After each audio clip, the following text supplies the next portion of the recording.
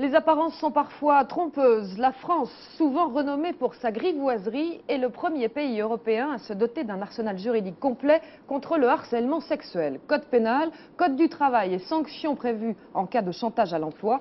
Le texte est passé ce matin au Conseil des ministres. Anne Gouraud. Définition du harcèlement sexuel, pression exercée par un employeur ou un supérieur hiérarchique pour obtenir des faveurs de nature sexuelle.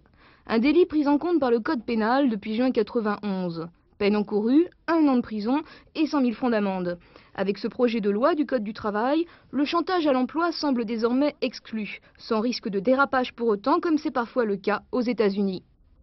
Je limite la répression du harcèlement sexuel au cas où il est lié à un chantage, c'est-à-dire à une situation de dépendance économique du ou de la salariée par rapport à quelqu'un qui a l'autorité de lui monnayer, si je puis dire, son emploi, son renouvellement de contrat, sa rémunération, sa promotion.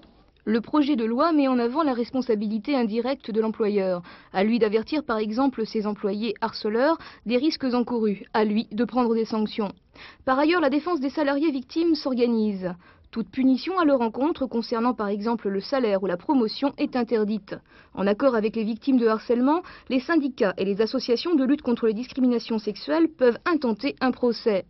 Les actions d'information et de prévention sont confiées au comité d'hygiène, de sécurité et des conditions de travail. Au total, 5 articles de loi visant à résoudre un problème qui touche à l'heure actuelle 1 Français sur 5 au travail.